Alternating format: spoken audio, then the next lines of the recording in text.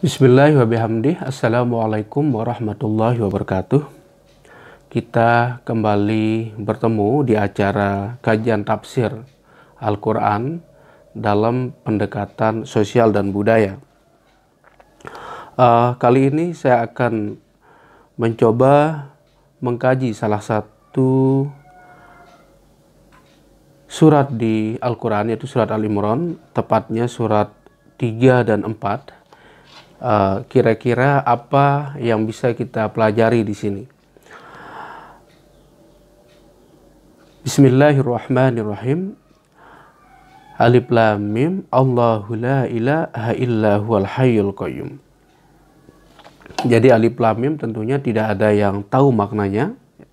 Allahu la ilaha illa huwal hayyul qayyum. Dialah Allah, tidak ada Tuhan. Dialah yang maha hidup dan berdiri sendiri. Artinya bahwa Allah tidak membutuhkan orang lain. Ini bedanya Allah dengan sifat-sifat makhluk yang kita ketahui di dalam ajaran Islam. Kemudian ayat ketiga dikatakan nazzala 'alaikal kitaba bil haqq musaddiqan lima baina yadayhi wa anzalat taurata wal injil.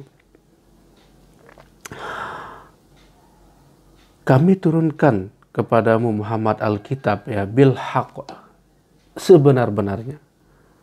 Artinya di sini bahwa Al-Quran keasliannya tidak bisa kita ragukan lagi karena di sini Allah hampir di mayoritas ayat-ayat yang kita baca, di sebagian besar ayat-ayat yang kita baca menekankan bahwa Al-Quran ini memang benar-benar dari Allah Subhanahu wa Ta'ala. Tetapi yang jadi persoalan ketika Al-Quran ini turun kepada manusia dan manusia mencoba memahaminya, maka yang muncul adalah berbagai tafsir, berbagai perspektif melihat Al-Quran. Nah, di ayat ini ada satu yang menarik misalkan dikatakan musaddiqan lima baina yadayhi, bahwa Al-Quran itu adalah sebagai pembenar lima baina yadayhi terhadap kitab-kitab sebelumnya. Wa anzalat taurata wal injil, dan kami juga menurunkan Taurat dan Injil. Artinya begini, bahwa Al-Quran sendiri mengakui kebenaran-kebenaran yang ada pada kitab tersebut. Tentu juga Al-Quran mengkritisi bagaimana kemudian ada upaya-upaya oknum ada upaya-upaya orang yang mencoba mengubah narasi-narasi Al-Quran, narasi-narasi kitab sebelumnya sehingga tidak lagi mencerminkan kebenaran. Nah, ketika Al-Quran ini saya kira sangat menarik melihat positioning Al-Quran sendiri sebagai pembenar. Mungkin yang saya coba renungkan bahwa ada memang kebenaran-kebenaran di luar Al-Quran itu sendiri. Nah, bagaimana kita tahu misalkan kebenaran di kitab-kitab itu? Tentu yang bisa kita gunakan untuk mengukurnya adalah bagaimana konsep-konsep termasuk konsep dalam memahami sifat-sifat Tuhan.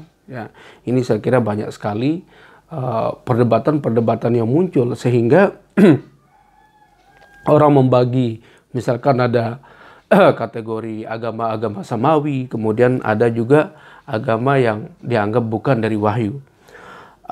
Saya tidak paham konteks pembagian ini karena kita tahu bahwa yang namanya kitab suci pasti dari Tuhan. Mungkin lebih tepatnya kalau saya membagi itu adalah kitab suci yang narasinya lahir dari tradisi Abrahamik, kemudian non-Abrahamik.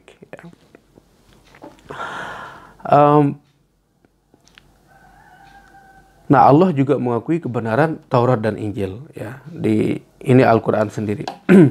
Kemudian di ayat 4 dikatakan min qablu hudan linnas wa anzalal furqan innal ladzina kafaru bi ayatillah lahum adzabun syadid wallahu azizun dzuntiqam. Oke, sebelum kita ke ayat ini, saya ingin menambahkan begini. Apa yang bisa kita persempit supaya kita bisa memahami goal atau tujuan dari ayat ini? Kalau tentu misalkan banyak sekali kontroversi misalkan yang berkembang di masyarakat kita ketika ada orang mengatakan ada kebenaran di agama lain yang kemudian dianggap sesat begitu. Tetapi Al-Quran sendiri mengakui kebenaran itu. Ini yang menjadi persoalan. Ya. Nah, kalau kita persempit misalkan dalam konteks tauhid, ya, bagaimana, karena ini sangat penting, hal-hal yang sangat fundamental di dalam memahami Tuhan. Ya, tentu juga ada tafsir-tafsir manusia. Ya, ketika kita berbicara Tuhan, ada konsep Trinitas, ada konsep dewa. Nah, ini kalau Al-Quran sendiri mencoba mempurifikasi. Ya, kalau tauhid, ya. Cuman kalau kita bicara hukum, nah ini lagi-lagi kalau hukum ini kan bisa berubah kapanpun.